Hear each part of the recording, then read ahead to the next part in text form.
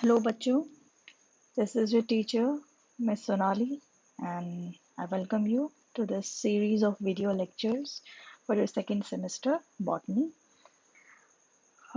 ये first lecture है which is about introduction to bryophytes. Last semester में हमने study किया था algae के बारे में. As we know, life कैसे originate की, कहाँ originate हुई? वाटर में. तो सबसे पहले वाले सबसे जो पुराने प्लांट्स हैं वहाँ से हम हायर प्लांट्स की लोअर प्लांट से हायर प्लांट्स की तरफ हम अपना स्टडी करते हुए जाएंगे. तो एल्गी हमने लास्ट सेमेस्टर में कवर किया था. अब हम एल्गी से थोड़ा हायर प्लांट्स जो हैं उनके बारे में स्टडी करेंगे और वो प्लांट्स हैं ब्रायोफाइट्स. ब्रायोफाइट्स जो हैं वो टर्म ब्रॉन नाम के साइंटिस्ट थे 1864 में उन्होंने दी थी. ब्रायोन ग्रीक वर्ड्स जो थे उनसे ये डिराइव किया गया था ये टर्म, जो कि ब्रायोन है उसका मतलब ट्री मॉस होता है. एक छोटा मॉस एक्चुअल में एक ब्रायोफाइट का ही मेंबर है, ठीक है, इसी का टाइप है. और ये छोटा मिनिएचर प्लांट जो होता है, मिनिएचर ट्री जैसा जो होता है वैसा दिखता था, इसलिए इसको ट्री मॉस कहा गया था जनरल कॉमन लैंग्वेज में. तो ब्रायोन उसके लिए वर्ड यूज हुआ था. ऐसे ही फाइटा प्लांट के लिए यूज होता है. तो इन दो चीज़ों को उन्होंने जब ब्रायोन को ऑब्जर्व किया तो वो था प्लांट, तो उसको उन्होंने एज अ वर्ड बनाया ब्रायोफाइटा. ठीक है, तो अब इसके बारे में थोड़ी सी इंट्रोडक्शन की बात की जाए. पूरे वर्ल्ड में 960 जनरा हैं एंड 20,000 स्पीशीज प्रेजेंट हैं ब्रायोफाइट्स की. It is also known as aka amphibians of plant kingdom. Amphibians of plant kingdom क्यों कहा गया? जैसे एनिमल किंगडम है उसमें एम्फीबियंस होते हैं जो अपनी लाइफ साइकिल कंप्लीट करने के लिए सिर्फ फिजियोलॉजिकल फंक्शन नहीं, लाइफ साइकिल कंप्लीट करने के लिए उनको वाटर एंड लैंड दोनों चाहिए होते हैं. वो ग्रो मेन तो वो लैंड पर ग्रो करते हैं, लेकिन रिप्रोडक्शन के लिए रिप्रोडक्शन की अलग अलग जो स्टेप्स होते हैं, प्रोसेस होता है, उनके लिए वाटर बहुत ज़रूरी है एज अ मीडियम. ठीक है, इसलिए उनको एम्फीबियंस कहा जाता है. ऐसे ही प्लांट्स हैं ब्रायोफाइट्स. इनको सिर्फ फिजियोलॉजिकल प्रोसेस, फोटोसिंथेसिस, रेस्पिरेशन, कुछ और कंपाउंड्स बनाने, रिएक्शंस, इनके अलावा ये तो बेसिक से प्रोसेस है, ये तो इनके लिए तो वाटर चाहिए ही होता है. लेकिन लाइफ साइकिल को कंप्लीट करने के लिए वेजिटेटिव से रिप्रोडक्टिव, रिप्रोडक्टिव से दोबारा वेजिटेटिव स्ट्रक्चर बनाना, ये कब कंप्लीट होता है? जब इसके पास वाटर इजीली अवेलेबल होगा. ठीक है, तो ये वहां पर ग्रो करता है जहां लैंड तो है ही, साथ में वाटर भी अच्छी अमाउंट में प्रेजेंट है. जैसे मड है और मार्शी एरियाज हैं, या वहाँ पर जहाँ मॉइस्चर बहुत ज़्यादा है, एयर में ह्यूमिडिटी बहुत ज़्यादा है. ठीक है, तो ये वहाँ पर ये ग्रो करते हैं, इसलिए इनको एम्फीबियंस कहा जाता है. ठीक है, अब बात आती है ये कब आए लाइफ, ये एज अ अर्थ पर कब प्रेजेंट हुए, ओरिजिनेट हुए, डेवलप हुए, एक तरह से कह सकते हैं इवॉल्व हुए. पैलियोजोइक एरा जो है उसमें ऑर्डोविसियन नाम का पीरियड है, वहाँ पर कहा जाता है ये अपीयर हुए, ओरिजिनेट हुए. और वो कब था? टाइम कितने साल पहले था वो? Almost 450 million years ago, 450 million years ago ये ओरिजिनेट हुए. ठीक है, इंडिया में डॉक्टर शिवराम कश्यप जो साइंटिस्ट थे, उनको फादर ऑफ इंडियन ब्रायोलॉजी कहा जाता है. ब्रायोलॉजी मतलब स्टडी ऑफ ब्रायोफाइट्स. वो इंडिया में एक पायनियर साइंटिस्ट थे जो ब्रायोफाइट्स के ऊपर काम कर रहे थे. अब इसकी डिस्ट्रीब्यूशन की बात की जाए तो ज़्यादातर ये कोल्ड टेम्परेचर, ठीक है, हॉट रीजन्स में ये कम मिलते हैं. कोल्ड टेम्परेचर जहाँ होगा, कूल या कोल्ड, बहुत ज़्यादा ठंडा भी नहीं लेकिन कूल या कोल्ड टेम्परेचर वहाँ पर, मॉइस्चर जहाँ हो वहाँ पर, मॉइस्ट रीजन्स में ये मिलते हैं। ठीक है। काफ़ी सारे एपिफिटिक भी हैं। एपिफिटिक मतलब दूसरे प्लांट के ऊपर एज अ सबस्ट्रेट, वो दूसरे प्लांट को एज अ सबस्ट्रेट यूज करते हैं और उसके ऊपर ग्रो करते हैं। लैंड के ऊपर नहीं, प्लांट के ऊपर एज अ सबस्ट्रेट उसको यूज करके उस पर ग्रो करते हैं। ट्रॉपिकल सब ट्रॉपिकल रीजन्स में बहुत इजीली मिलते हैं। साथ ही ये जो आर्कटिक टुंड्रा है, माउंटेनियस रीजन्स हैं, हाई एल्टीट्यूड्स जहाँ पर कोल्डर टेम्परेचर होगा और मॉइस्चर प्रेजेंट होगा, वहाँ पर ये मिलेंगे। ठीक है। बेसिकली 3 टाइप्स के होते हैं, लिवरवर्ट्स, हॉर्नवर्ट्स एंड मॉस। मॉस जिनके बेसिस, जिसके ऊपर बेस्ड इनका नाम है ब्रायोफाइट। ब्रायोन जो ग्रीक वर्ड था वो इस मॉस के लिए यूज हुआ था। तो जो फर्स्ट इसके मेंबर्स ऑब्जर्व हुए थे वो मॉस थे। ठीक है। अब बात आती है कि वो कैसे दिखते हैं। Here is a picture. First picture is of liverworts. उनकी शेप, जो वेजिटेटिव स्ट्रक्चर जो है वो लिवर जैसा होता है, इसलिए उनको लिवरवर्ट्स कहा जाता है। सेकंड है हॉर्नवर्ट्स। हॉर्नवर्ट्स क्यों कहा गया है? क्योंकि जो वेजिटेटिव स्ट्रक्चर है उसके ऊपर स्पोरोफाइट्स, हॉर्न लाइक स्पोरोफाइट्स बनते हैं। सेकंड पिक्चर में देख भी सकते हो, फ्लैट ग्रीन वेजिटेटिव थैलस है, उसके ऊपर ब्राउनिश और ग्रीनिश कलर के हॉर्न बन रहे हैं, हॉर्न लाइक स्ट्रक्चर्स बन रहे हैं। वो एक्चुअल में स्पोरोफाइट अपीयरेंस होती है हॉर्न लाइक, तो इसलिए उसको हॉर्नवर्ट कहा गया। थर्ड जो है वो है मॉस। और मॉस जो है वो लीफी शूट लाइक स्ट्रक्चर होता है, स्मॉल, जैसे छोटा प्लांट होता है। हायर प्लांट्स जो क्या होते हैं उनमें लीव्स अच्छे से प्रेजेंट होते हैं, तो इसमें इसको यहाँ पर स्मॉल ट्री या स्मॉल प्लांट के जैसे कहा जाता है। और यहाँ पर देख भी सकते हो इसमें छोटे छोटे लीव्स जो हैं वो भी दिखाई दे रहे हैं और कुछ सर्कुलर फ्रूटिंग बॉडीज दिखाई दे रही हैं इसकी। ठीक है। तो लिवरवर्ट्स, हॉर्नवर्ट्स एंड मॉस, ये 3 टाइप है ब्रायोफाइट्स। आगे क्लासिफिकेशन में और डिटेल में पढ़ेंगे इनके बारे में। अभी फिलहाल जनरल कैरेक्टर्स जो हैं ब्रायोफाइट्स के वो पढ़ते हैं। इसमें जैसे एल्गी में गेमिटोफाइट और स्पोरोफाइट था, यहाँ पर भी 2 तरह की प्लांट बॉडी है, gametophytic and sporophytic. Gametophytic dominant रहेगी। लोअर प्लांट्स जो होते हैं उनमें गेमिटोफाइट डोमिनेंट होता है, और जो हायर प्लांट्स है जैसे एंजियोस्पर्म है, जिम्नोस्पर्म है, उनमें स्पोरोफाइट डोमिनेंट होता है। ठीक है। तो गेमिटोफाइट जो है उसका क्या फीचर्स हैं? डोमिनेंट है एक तो, इंडिपेंडेंट है एंड लॉन्ग लिविंग होगा, हैप्लॉइड होगा नेचर में, सिंपल थैलॉइड स्ट्रक्चर होगा थैलस लाइक, या फिर लीफी शूट। थैलॉइड होगा, हॉर्नवर्ट्स एंड लिवरवर्ट। इसमें देख सकते हो फर्स्ट एंड सेकंड जो पिक्चर्स है वो थैलॉइड स्ट्रक्चर है, और लीफी शूट ये थर्ड पिक्चर में देख सकते हो, उसमें लीफ लाइक स्ट्रक्चर्स दिख रहे हैं। ठीक है। तो ये हैं 2 तरह के इसमें स्ट्रक्चर हो सकते हैं। रूट्स तीनों में प्रेजेंट होंगी, रूट लाइक, एक्चुअली इनको रूट लाइक कहा जाएगा, राइजोइड्स।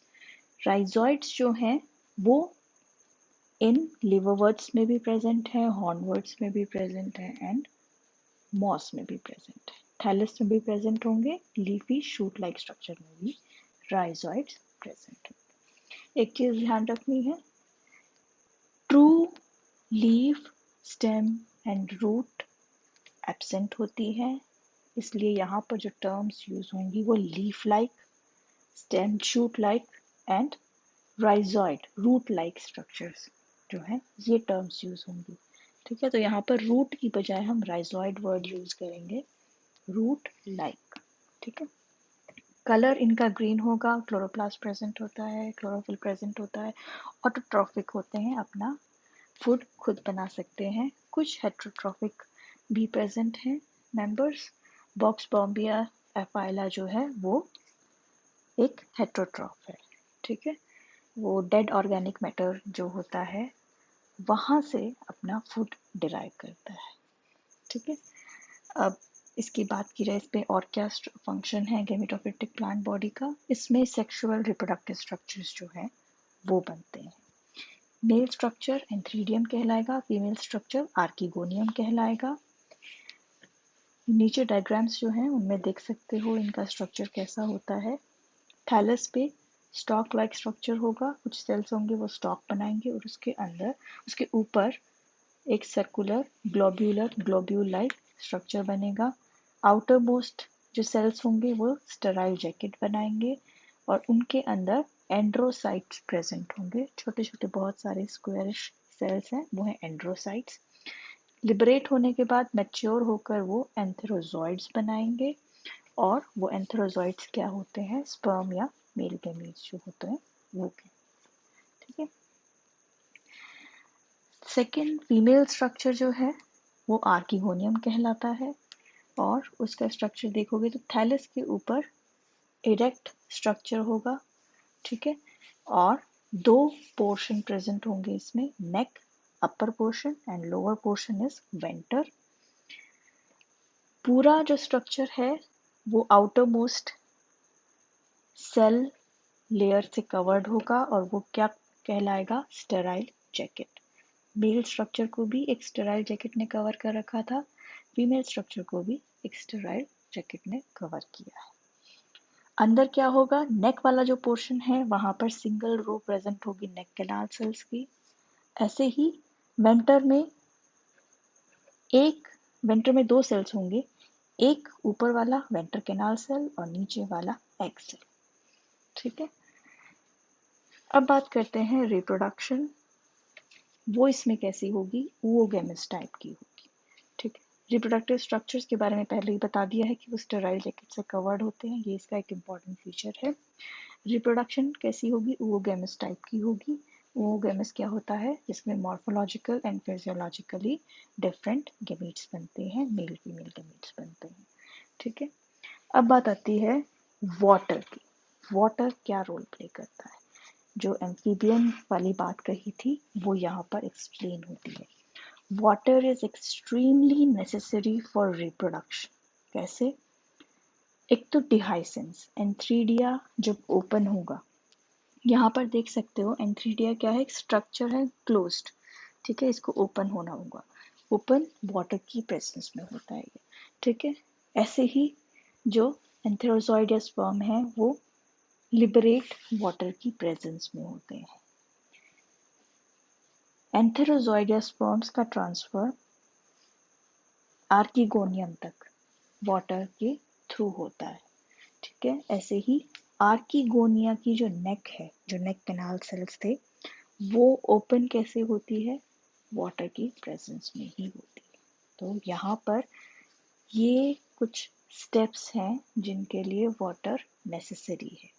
अगर enough amount of water present नहीं होगा तो ये स्टेप्स फॉलो नहीं हो पाएंगे, रिप्रोडक्शन नहीं हो पाएगी, फर्टिलाइजेशन नहीं हो पाएगी, और नहीं होगी तो फर्टिलाइजेशन तो क्या होगा, लाइफ साइकिल पूरी नहीं होगी, कंप्लीट नहीं होगी। इसलिए इनको एम्फीबियंस ऑफ प्लांट किंगडम कहा जाता है। अब फर्टिलाइजेशन हो रही है तो फर्टिलाइजेशन होने के बाद जाइगोट बनेगा, डिप्लॉयड होगा, उसमें माइटोसिस होगी, जाइगोट में डिप्लॉयड सेल माइटोस यानी नंबर इंक्रीज करेगा और एम्ब्रियो बनाएगा, तो एम्ब्रियो भी क्या हुआ, डिप्लॉयड। इसके बाद अब बनेगा यहाँ पर स्पोरोफाइट। ठीक है, फर्टिलाइजेशन होने के बाद स्पोरोफाइट बनेगा। स्पोरोफाइट की क्या फीचर्स हैं, ये गेमिटोफाइट से अटैच्ड रहता है, न्यूट्रिशन के लिए गेमिटोफाइट के ऊपर डिपेंडेंट रहता है। ठीक है। मोस्टली इसके सेल्स जो होते हैं वो डिप्लॉयड होते हैं। ठीक है, कुछ हैप्लॉयड हो सकते हैं एंड स्पोर्स जो बनते हैं इसके अंदर वो भी हैप्लॉयड होते हैं। 3 पार्ट्स में डिवाइडेड होता है ये, इसको डिवाइड कर सकते हैं। फर्स्ट फुट होगा, फुट गेमिटोफाइट से इसको अटैच करेगा। कैप्सूल अपर मोस्ट पार्ट होगा जिसके अंदर स्पोर्स बनते हैं। सीटा फुट कोर कैप्सूल को कनेक्ट करने का काम करेगा। अब स्पोर्स जो इसमें बनते हैं वो कैसे होते हैं, स्पोरोफिटिक प्लांट बॉडी क्या था, डिप्लॉयड इन नेचर। आप इसके जो डिप्लॉयड सेल्स हैं उनसे मियोसिस होगी उनमें, ठीक है। उनमें मियोसिस होगी तो मतलब हैप्लॉइड, डिप्लॉयड से हैप्लॉइड सेल्स बनेंगे और वो क्या होंगे, स्पोर्स होंगे, ठीक है। तो हैप्लॉइड स्पोर्स बनेंगे कैप्सूल के अंदर। इनके स्पोर्स जो होते हैं वो होमोस्पोरस होते हैं, मेल या फीमेल ऐसा कोई अलग डिस्टिंक्शन नहीं होता, सारे स्पोर्स एक जैसे ही बनते हैं, इसलिए होमोस्पोरस कंडीशन कहा जाएगा यहाँ पर। और वो स्पोर्स क्या कहलाते हैं, मियोस्पोर्स, क्योंकि मियोसिस के बाद बन रहे हैं, या फिर गोनोस्पोर्स, ठीक है। अब गोनोस्पोर्स की क्या फीचर है, वो जर्मिनेट करके या तो डायरेक्टली नया गेमिटोफाइट बनाएंगे या फिर कुछ जीनस में, कुछ मेंबर्स में ये एक स्पेशल स्ट्रक्चर बनाते हैं, प्रोटोनिमा पहले, प्रोटोनिमा बाद में बनाता है नया गेमिटोफाइट। अब यहाँ पर लाइफ साइकिल देख सकते हो, एक जनरल लाइफ साइकिल जो है ब्रायोफाइट्स की, सबसे पहले गेमिटोफाइट है, हैप्लॉइड नंबर होगा, हैप्लॉइड टाइप का होता है, उसमें गेमीट्स बनते हैं, वो भी हैप्लॉइड होंगे, फर्टिलाइजेशन होगी, जाइगोट बनेगा, डिप्लॉइड होगा, जाइगोट से एम्ब्रियो बनेंगे, एम्ब्रियो बनेगा, सॉरी माइटोसिस होगी, बहुत सारे सेल्स बनेंगे और वो मिलकर क्या बनाएंगे, एक एम्ब्रियो बनाएंगे, एम्ब्रियो डिप्लॉइड होगा, एम्ब्रियो बनने के बाद स्पोरोफाइट बनेगा, ठीक है, स्पोरोफाइट भी डिप्लॉइड होगा। अब स्पोरोफाइट के अंदर जो कैप्सूल में सेल्स थे उनमें मियोसिस होगी, ठीक है। डिप्लॉइड सेल्स में जब मियोसिस होती है तो हैप्लॉइड सेल्स बनते हैं, तो मियोस्पोर्स या गोनोस्पोर्स बनेंगे। अब वो या तो डायरेक्टली जर्मिनेट करके नया गेमिटोफाइट बनाएंगे या फिर पहले प्रोटोनिमा बनाएंगे जो कि हैप्लॉइड ही होगा, और वो प्रोटोनिमा फिर डेवलप करेगा गेमिटोफाइट, ठीक है। ये था सेक्सुअल रिप्रोडक्शन के बारे में। वेजिटेटिव रिप्रोडक्शन इसमें कैसे होती है, एक तो है सिंपल वे जिसमें जो वेजिटेटिव प्लांट बॉडी है, थैलस जो है वो ब्रेक कर जाएगा पीसेस में और नया प्लांट, जो छोटे छोटे पीसेस जो ब्रेक हुए हैं वो पीसेस नया प्लांट बना देंगे, नया गेमिटोफाइट बना देंगे, ठीक है। या प्रोटोनिमा ब्रेक करके नया बॉडी बनाएगा, ठीक है। या फिर स्पेशल स्ट्रक्चर्स बनेंगे गेमिटोफाइट के ऊपर, गीमा या ट्यूबर्स। अब गीमा और ट्यूबर्स जब हम आगे स्पेसिमेंस स्टडी करेंगे डिटेल में तब इनको डिस्कस करेंगे। तो ये था वेजिटेटिव रिप्रोडक्शन के बारे में। तो ये पूरा लेक्चर जो था introduction to bryophytes, I hope now that you have an idea about what bryophytes are. अब आप लोगों के लिए एक छोटा सा असाइनमेंट है, एक क्वेश्चन है, वो सॉल्व करना है, वो आपको सबमिट भी करना है क्लासरूम में, गूगल क्लासरूम में। और वो क्वेश्चन है, why bryophytes are known as amphibians of plant kingdom। ये एक बहुत इम्पॉर्टेंट क्वेश्चन है, एग्जाम के पॉइंट ऑफ व्यू से भी बहुत बार इसके ऊपर एज अ नोट ये पूछा जाता है, ठीक है। तो इंट्रोडक्शन होने के बाद ये क्वेश्चन जो है आप आंसर कर सकते हो, तो ये क्वेश्चन का आंसर आपको सबमिट करना है। सो ये लेक्चर यहाँ पर अब ख़त्म होता है। नेक्स्ट जो टॉपिक होगा वो होगा क्लासिफिकेशन ऑफ ब्रायोफाइट।